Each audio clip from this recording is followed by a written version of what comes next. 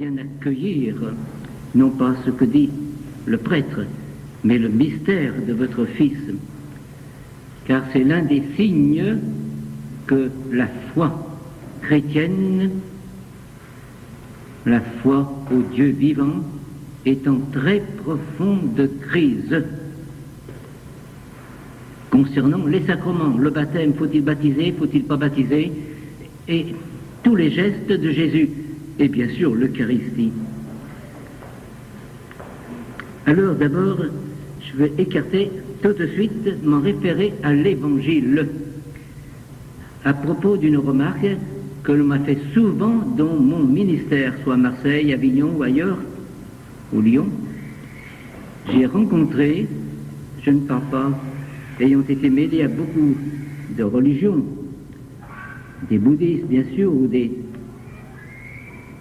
musulmans, dont j'ai beaucoup d'amis, mais ni des protestants, qui souffrent d'ailleurs et qui se posent la question maintenant à propos du pardon.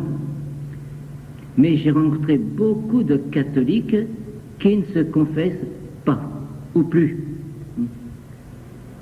Parfois, ça date de 40 ans. Parfois, je n'en sais rien. Et des enfants qui ne se confessent pas.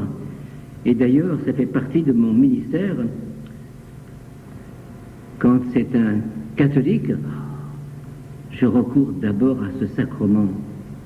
C'est le premier des exorcismes qui suffit pour rompre tous nos liens avec le mal. Mais je veux répondre à une objection fréquente, courante, même de prêtres, des personnes qui disent « je ne me confesse jamais à un prêtre, mais directement à Dieu. » Hein? Quand, comment, où? Chez moi. Ou bien je vais dans l'église. C'est évident que cette confession est tout à fait valable et authentique. On s'ouvre, on reconnaît son péché devant Dieu. Mais Dieu pardonne. Mais Dieu, où est-il? Il est au sein de son éternité. Le pardon qu'il m'accordera, ou qu'il m'accorde dès aujourd'hui, je ne pourrai en cueillir les fruits qu'à ma mort, lorsque je paraîtrai devant lui.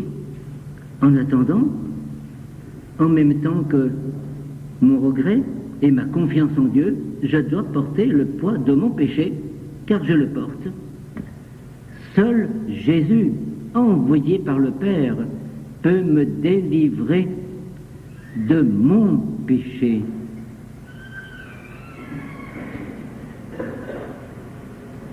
Un jour, Jésus a prêché là-dessus, à Capharnaüm.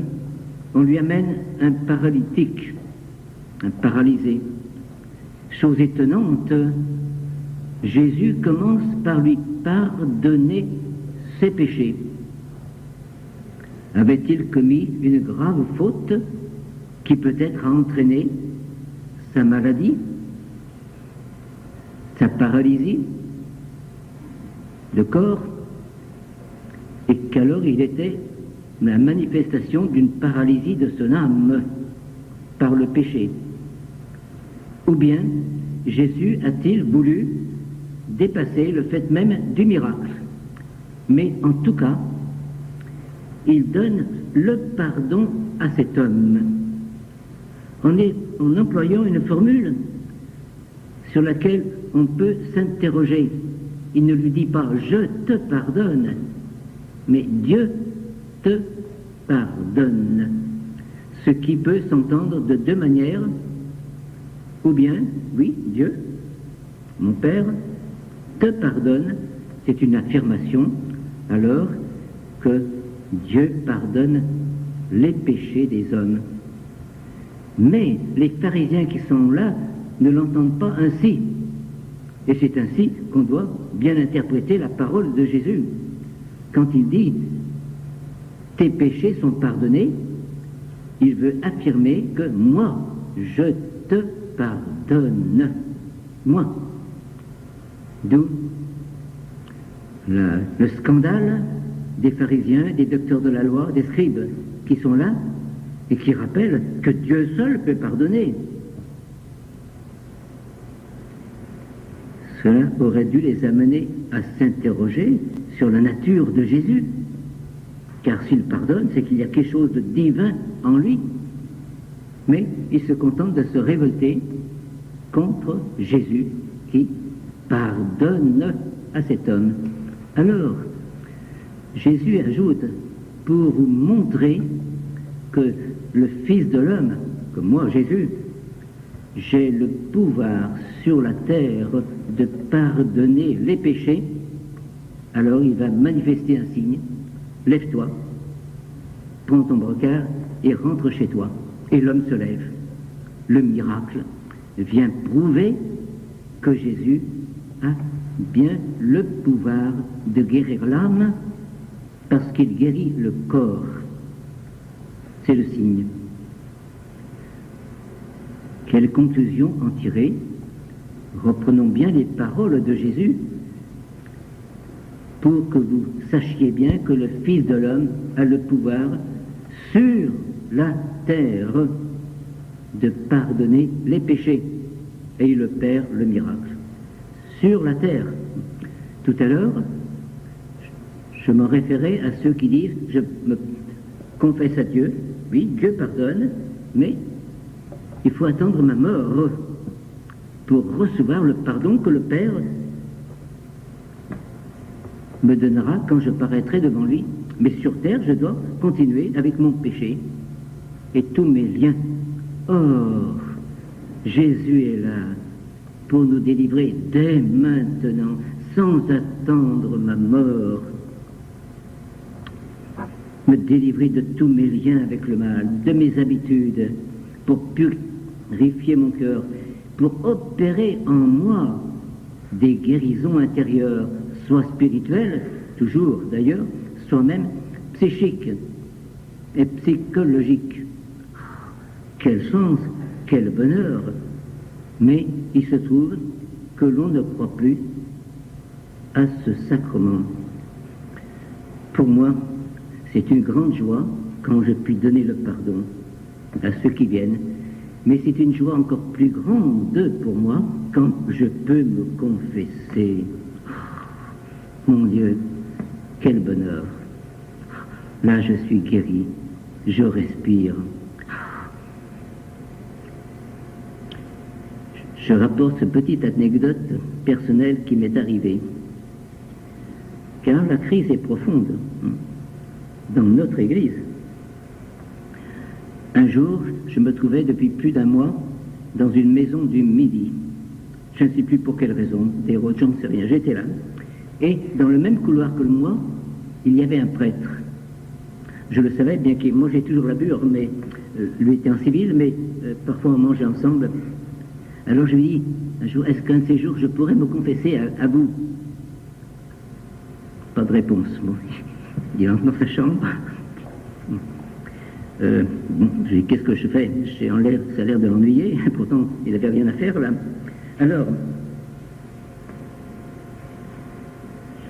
Alors, je me décide. Un matin, je lui dis, écoutez, aujourd'hui, je voudrais vous demander le pardon du Seigneur. Il a bougonné. Bon, il m'a reçu, voilà. Je me suis confessé. Et depuis, j'ai la certitude que je suis un saint. Car le prêtre m'a dit, mais vous n'avez pas de péché. Quelle révélation! C'est pas des péchés, comme vous dites. Alors je l'ai supplié, j'ai pas voulu discuter, j'ai supplié, j'étais à genoux devant lui, car j'aime bien me mettre à genoux. Je l'ai supplié, ben donnez-moi quand même le pardon, même si j'ai pas de faute. Bon, il m'a donné quand même le pardon, c'est ce que je voulais. J'ai pas voulu l'ennuyer plus après. Mais mon Dieu, je me suis dit, mais alors lui, est-ce qu'il se confesse? Au moins une fois l'an. Et les péchés que j'ai, mon Dieu, c'est les péchés de tous, les vôtres. Et si vous en manquez, je puis vous en prêter. Et je donnerai encore demain. Oh. Et c'est triste, vous voyez, parce que même si un prêtre ne croit plus, dans ce sacrement, mais alors... Mais ça prouve que la crise est très profonde dans notre Église.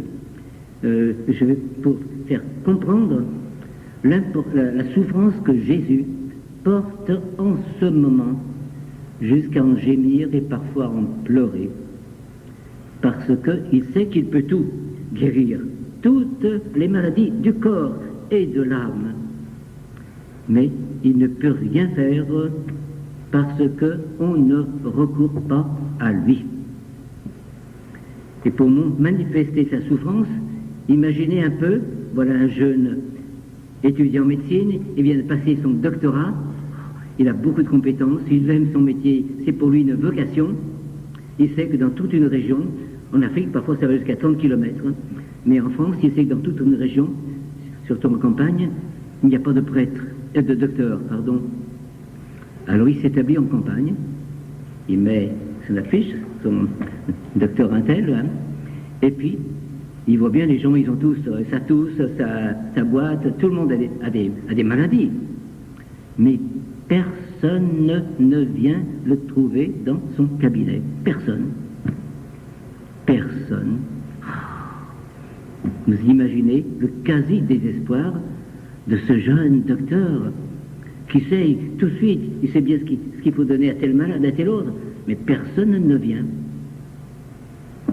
Que va-t-il faire? Finalement, il partira.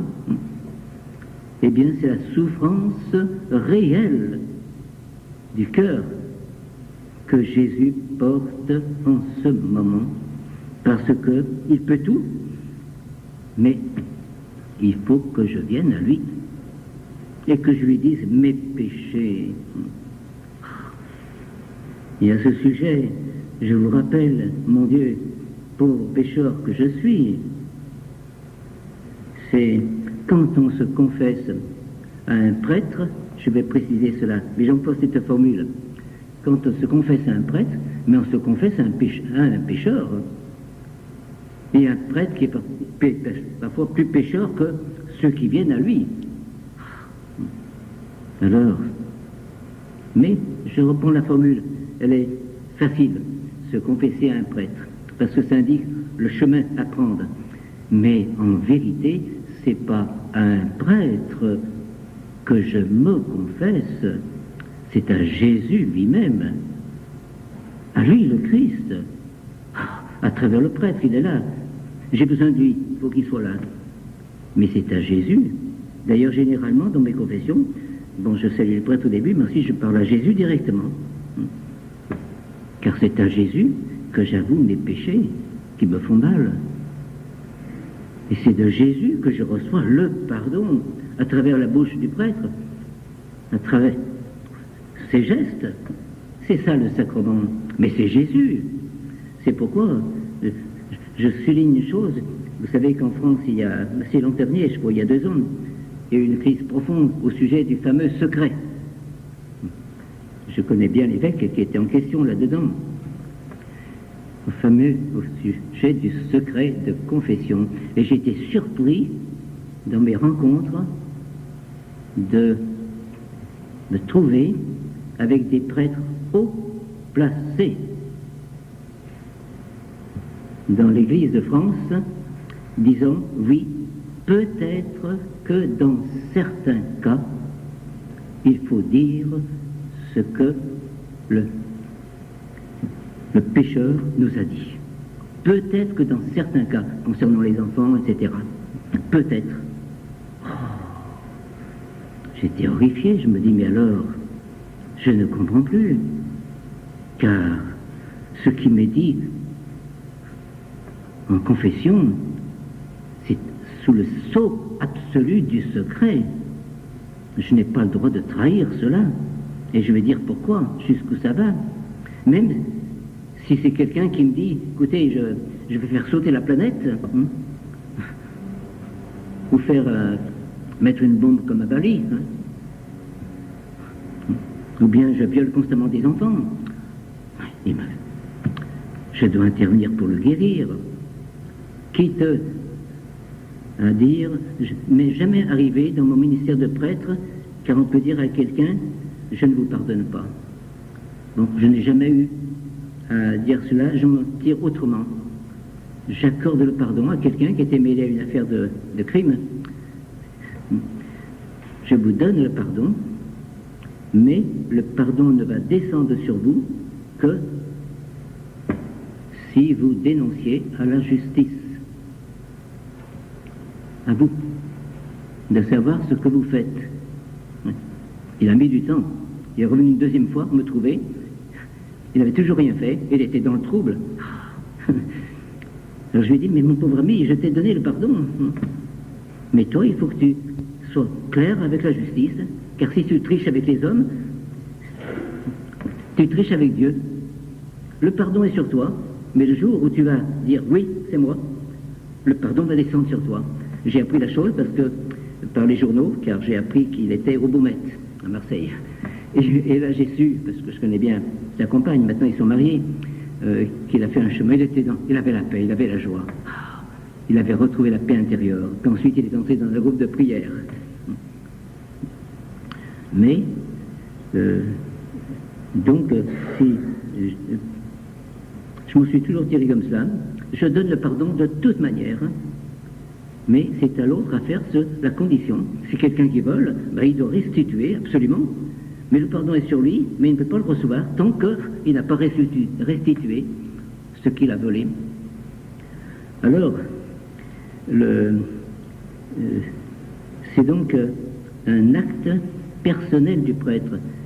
C'est pourquoi j'ai été étonné que dans certains cas, on puisse mettre en question le secret de la confession. Je ne dis, moi, en aucun cas, même s'il s'agit d'une bombe qui va faire sauter toute une gare, je n'ai aucun cas, même si c'était ici présent parmi nous, aucun droit, parce que c'est pas une affaire, moi je me base pas sur le droit canon, qui est clair, le sujet, mais pour moi c'est pas une affaire canonique, c'est une affaire sacramentelle. Quelqu'un qui se confesse à moi, prêtre, c'est pas à moi, c'est à Jésus qu'il ouvre son cœur. Et moi, qu'est-ce que je peux faire pour lui pardonner? C'est Jésus qui pardonne. Alors, je prends une hypothèse folle, que quelqu'un qui dit « je vais faire sauter la planète » ou toute une ville, bon, bien sûr, c'est lourd à porter pour le prêtre qui entendrait, mais, ma foi, Seigneur, tu as entendu, c'est à toi d'agir, c'est à toi qu'on a dit cela, c'est pas à moi, à toi d'agir, mais pas à moi, car cette confidence n'est pas faite à moi, elle est faite à Jésus lui-même, sinon ça met toute notre foi en question, notre foi sacramentelle. Donc, lorsque on se confesse à travers un prêtre, c'est à Jésus lui-même qu'on se confesse et qu'on avoue ce qui parfois nous fait honte. À lui qu'on demande le pardon. Et quelle que soit la sainteté ou le péché du prêtre, c'est Jésus qui me pardonne. D'où l'importance de ce sacrement qui est très négligé de nos jours et fort incompris. Bon, il faut parfois recourir, bien sûr, au docteur, à la pharmacie, à des psychologues. Bien sûr, il ne faut pas négliger les moyens humains, mais que peut faire la médecine ou la pharmacie ou le psychologue? Il va guérir mes blessures psychiques. Mais la blessure qui est la source, le péché, personne ne peut me le guérir. Donc les symptômes que j'ai seront guéris, peut-être, mais le mal sera toujours en moi et fera revenir les symptômes ou en produira d'autres. Car Jésus seul a le pouvoir de pardonner toutes les fautes et donc de produire en moi la guérison profonde de mon âme blessée par la faute. Et en outre, c'est l'avantage que nous avons et que n'ont pas nos frères séparés, c'est que cette confession m'oblige à me juger moi-même à m'affronter devant le mal qui est en moi, autour de moi, me maintenant ainsi dans l'humilité, voire dans l'humiliation, et aiguisant mon regard dans le discernement entre le bien et le mal. Ce discernement qui a disparu de beaucoup de consciences, notamment chez les jeunes. Beaucoup de jeunes, du moins. Donc, gardez toujours grande confiance dans ce sacrement étonnant, extraordinaire, merveilleux que nous avons et qui nous aide ensuite à recevoir le corps personnel de Jésus dans l'Eucharistie. Et ne craignez pas de vous confesser. C'est parfois difficile à trouver un prêtre, mais dans les villes comme Lyon, il y a toujours Saint-Bonaventure, où j'aurais voulu être, ou Fourvière, Marseille, il y a Notre-Dame-la-Garde, il y a même 3 lieux à Marseille, on peut se confesser, et je pense dans d'autres villes, mais dans les campagnes, ou certains diocèses, j'ignore si c'est facile, mais en ce cas, bien sûr, dans ce cas, alors la contrition intérieure, bon, répond à l'impossibilité que j'ai de me faire, d'avouer mon péché. Bon, mes péchés, mon péché, du moment que ça ne dépend pas de moi, mon péché est pardonné. Bien que parfois il faille le dire dès la prochaine rencontre avec un prêtre.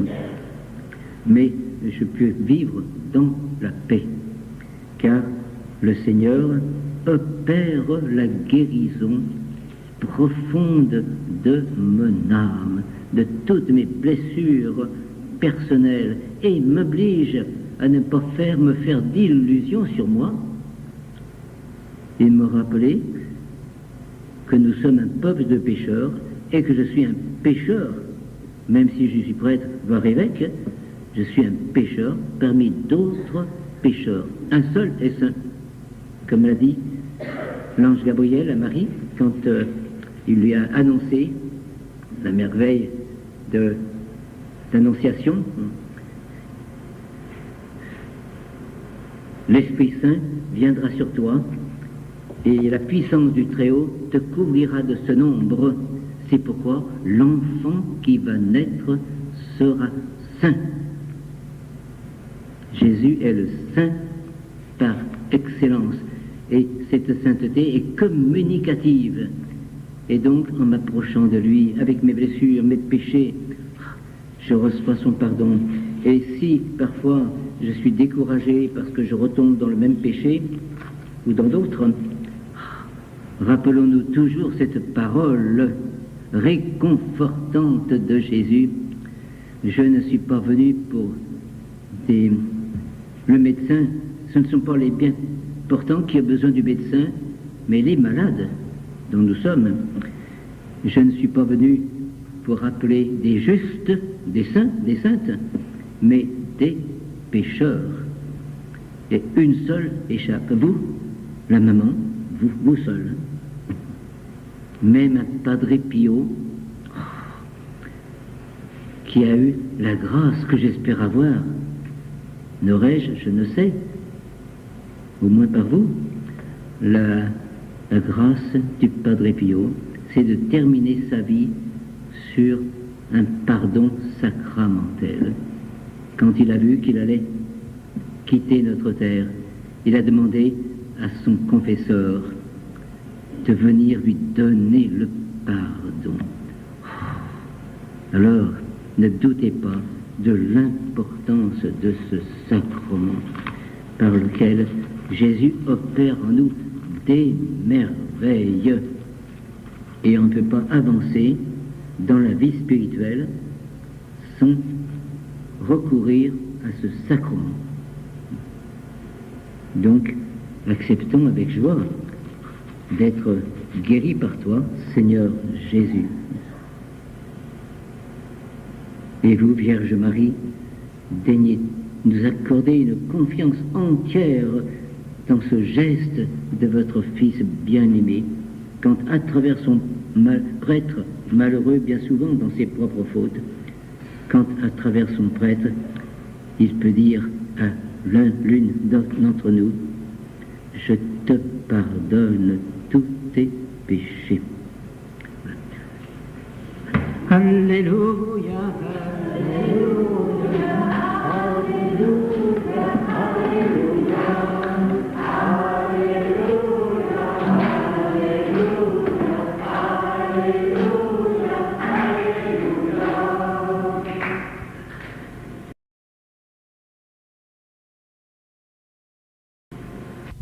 Je vais commencer par une prière de la vraie vie en Dieu pour demander au Seigneur qu'il nous pardonne nos péchés et qu'il ouvre le cœur de chacun. C'est une prière au Père.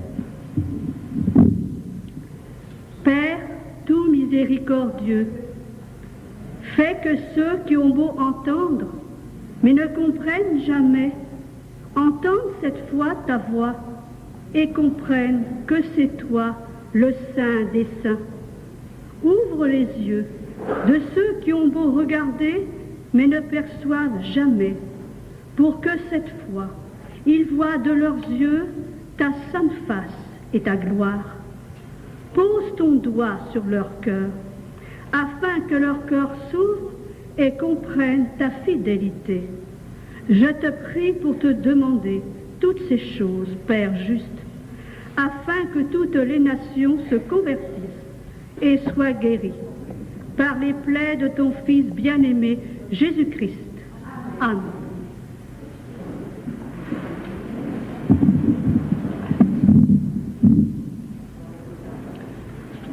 Je vais commencer, vous m'entendez?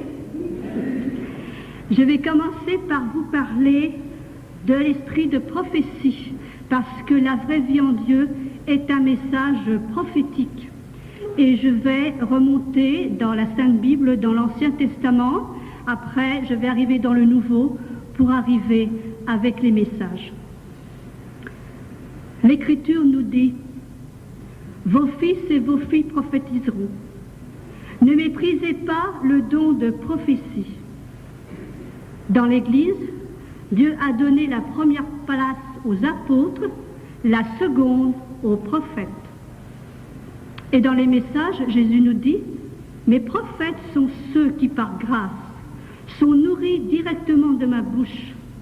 Et en plaçant mes paroles directement dans leur bouche, ils viennent à vous tous, encore ruisselants de rosée céleste, et leurs paroles tombent sur vous comme une pluie rafraîchissante. » Le prophète Élie est en fait le prototype des prophètes, parce que tous ceux qui vont lui succéder seront revêtus de l'esprit d'Élie. Alors je vous cite le passage du livre de Michée au chapitre 3. « Voici que je vais vous envoyer Élie le prophète, avant que ne vienne le jour du Seigneur, jour grand